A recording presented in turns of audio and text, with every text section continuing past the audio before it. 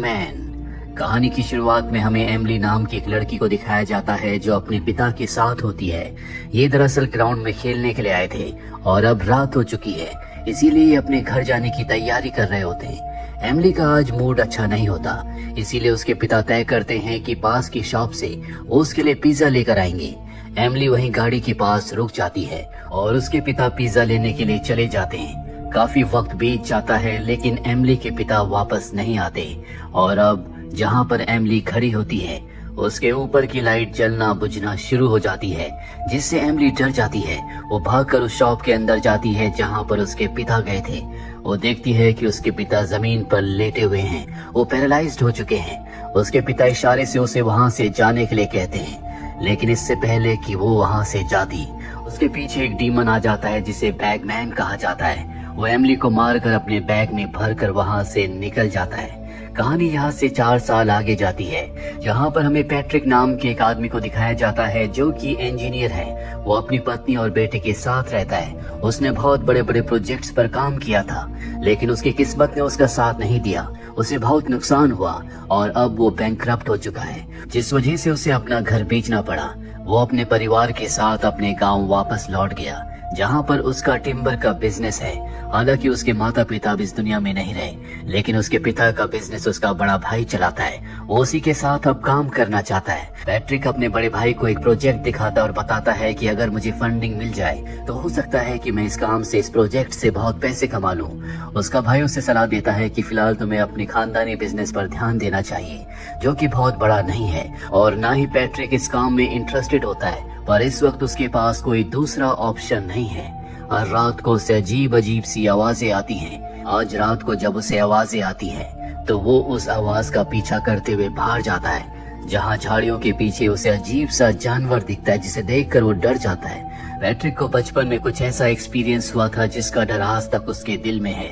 दरअसल जब वो छोटा था तो अपने भाई के साथ वो पास ही की माइंस में गया था, जिसे गवर्नमेंट ने हमेशा के लिए बंद कर दिया है। पैट्रिक की आदत होती है कि वो लकड़ी से खिलौने बनाता है। दरअसल ये कला उसी के पिता ने उसे सिखाई होती है और अब उसने लकड़ी से एक आउल बनाया होता है जो उसके पास है। ये दोनों भाई जब माइन के पास पहुंचते हैं तो देखते हैं कि वहाँ पर प्लम का एक पेड़ गिरा हुआ है, जिसकी लकड़ी बहुत सॉफ्ट होती है। पैट्रिक इस लकड़ी से खिलौने बनाना चाहता है, इसीलिए वो लकड़ी के एक टुकड़े को पेड़ से काट रहा होता है। उसका भाई उसे ऐसा करने से मना करता है, पर पैट्रिक उसकी बात नहीं सुनता। तभी माइन के अंदर से एक हाथ बाहर आता है जो उसके बाल काट कर अपने साथ ले जाता है। पैट्रिक वहीं पर गिर जाता है। उसने अजीब सी आवाज को भी सुना होता है। उसके हाथ से उसका लकड़ी का आउल भी छूट चुका है। पैट्रिक अपने आउल को वहीं पर छोड़कर अपने घर वापस आ जाता है और अपने पिता को सब कुछ बताता है कि आज माइन के बाहर क्या हुआ था। उसके पिता उसे पहाड़ की चोटी पर ले जाते हैं, जहाँ से वो उसे माइन दिखाते हैं और कहते हैं कि इस माइन के अंदर एक डीमन है। आज से कई साल पहले उस डीमन ने माइन के अंदर काम करने वाले हर एक इंसान को मार दिया था। माइन के अंदर रहने वाला डीमन खास तौर पर बच्चों को अपना शिकार बनाता है और एक बार अगर उसने किसी बच्चे को छू लिया तो वो उसे नहीं छोड़ता। पैट्रिक को ये बातें बहुत ज्यादा सीरियस नहीं लग रही होती, लेकिन उसके पिता को गुस्सा आ जाता है और वो कहते हैं कि आज के बाद तुम कभी माइन की तरफ नहीं जाओगे। पैट्रिक बहुत ज्यादा डर जाता है। वो कभी उस माइन की तरफ नहीं जाता, लेकिन दिल ही दिल में उसके अंदर वो बातें घर कर चुकी है। रात को उसके पिता उसके पास आते हैं और एक चाकू देते हैं और कहते हैं कि तुम्हें अपनी कल्पना में सोचना होगा कि जब तक ये चाकू तुम्हारे पास है तब तक वो डीमन तुम्हें कोई नुकसान नहीं पहुंचा सकता। पैट्रिक ऐसा ही करता है। कहानी प्रेजेंट में आती है, जहाँ पर पैट्रिक की वाइफ जो कि लैपटॉप पर काम कर रही होती है, उसका बेटा बाहर होता है। तभी उससे अजीब सी आवाज आती है जो कि जंगल की तरफ से आ रही होती है। वो उस आवाज का पीछा करते करते जंगल की तरफ चला जाता है। पैट्रिक की वाइफ अपने बेटे को ढूंढने के लिए जंगल के अंदर जाती है। शाम को जब पैट्रिक वापस आता है तो वो उसे सारी बातें बताती है कि किस तरह से हमारा बेटा जंगल की तरफ लगातार बढ़ता चला जा रहा था। अगर वक्त रहते मैं उस तक नहीं पहुंचती तो शायद हम उसे खो देते।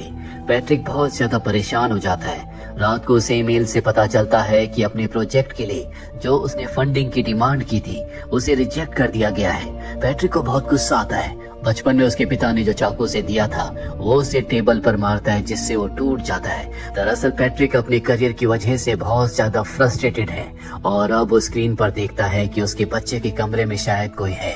वो कमरे में जाता है लेकिन वहाँ पर कोई नहीं होता। पर उसे एहसास होता है कि बाहर से कोई आवाज आ रही है।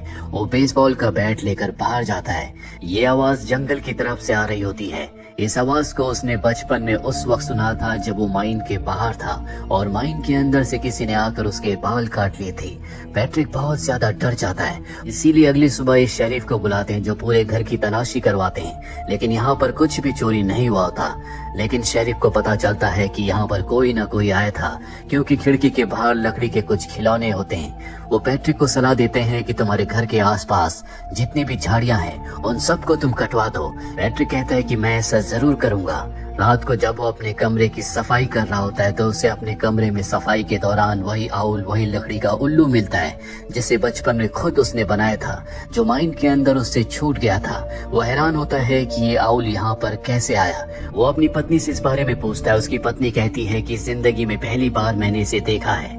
दरअसल अब पैट्रिक का बचपन का जो डर होता है वो धीरे धीरे वापस लौट रहा है। पैट्रिक ने अपने बेटे के लिए फ्लूट बनाई होती है जिसकी आवाज उसकी पत्नी को बिल्कुल पसंद नहीं होती।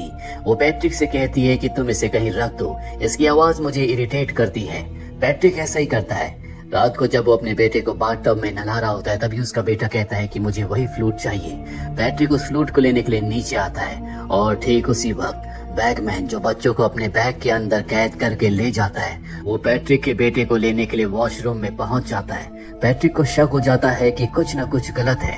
वो भागकर ऊपर जाता है, जिस वजह से बैगमैन को वहां से भागना पड़ता है। पैट्रिक के बेटे की जान तो बच गई, लेकिन उसकी पत्नी और वो बहुत ज्यादा डर चुके हैं। उन्हें अपने बच्चे की चिंता है, इसीलिए वो अपने बच्चे को अपने साथ सुलाते हैं। पैट्रिक को रात को नींद नहीं आ रही होती, इसीलिए वो घर से बाहर आता है जहाँ पर गार्बेज के पास उसने अपनी फ्लूट को फेंक दिया था, लेकिन अब वहाँ पर फ्लूट नहीं है।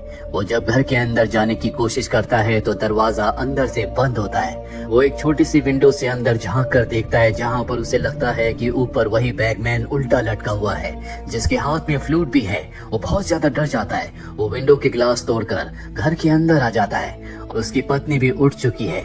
हालांकि आज रात को बैगमैन आया था, लेकिन उसने पैट्रिक के परिवार को नुकसान नहीं पहुंचाया। अगली सुबह एक बार फिर से शेरिफ को बुलाया जाता है, जो पूरे घर का मुआयना करते हैं और कहते हैं कि घर से कोई चीज चोरी नहीं हुई। हो सकता है कि ये किसी साइको का काम हो। 4 साल पहले ऐसा ही एक केस आया था जहां पर एक आदमी पैरालाइज हो गया था। उसका कहना था कि एक बहुत ही भयानक दिखने वाली आकृति उसकी बेटी को बैग में कैद करके अपने साथ ले गई। मुझे लगता है कि ये केस उसी से जुड़ा हुआ है, लेकिन पैट्रिक को शायद कोई सच्चाई पता है।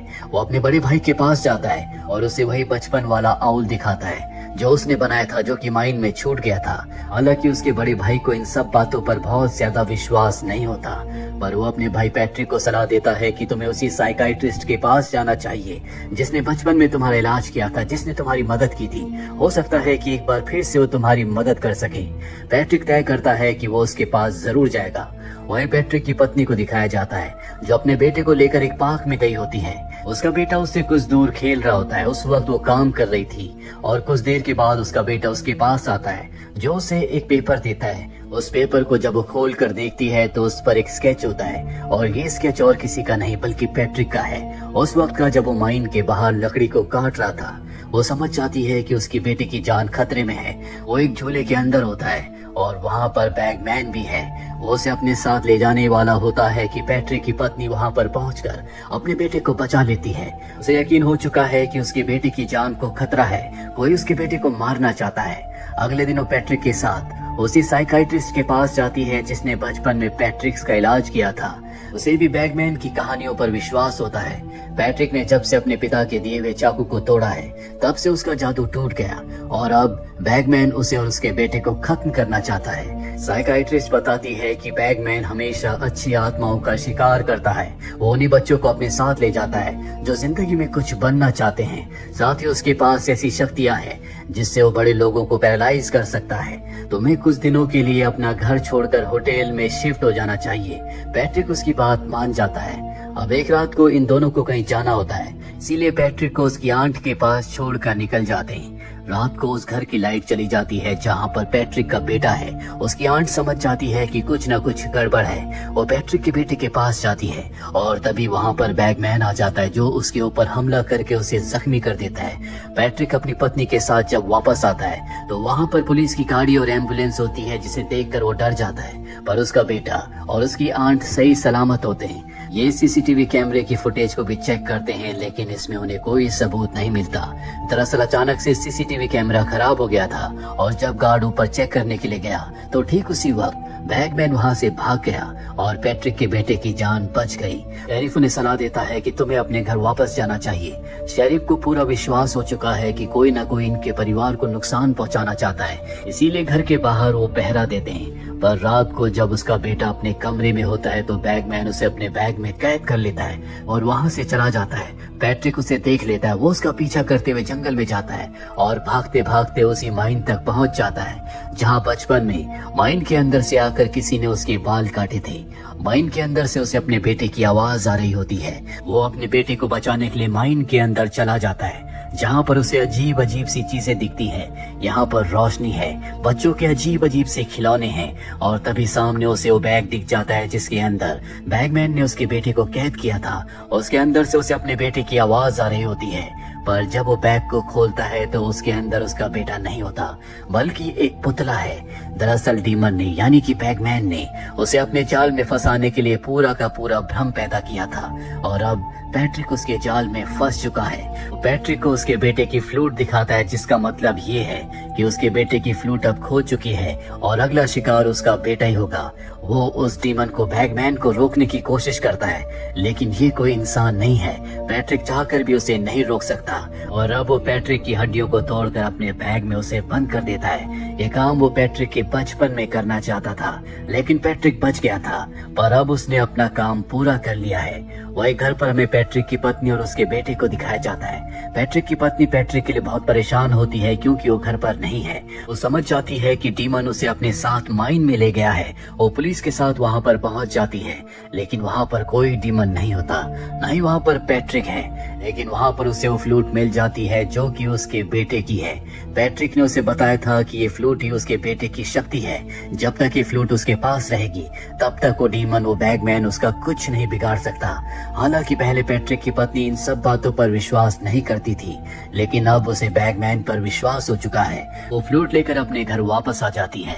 वो अपने बेटे को लेकर अगली सुबह इस घर से हमेशा के लिए अपनी मॉम के घर की तरफ निकल पड़ती है।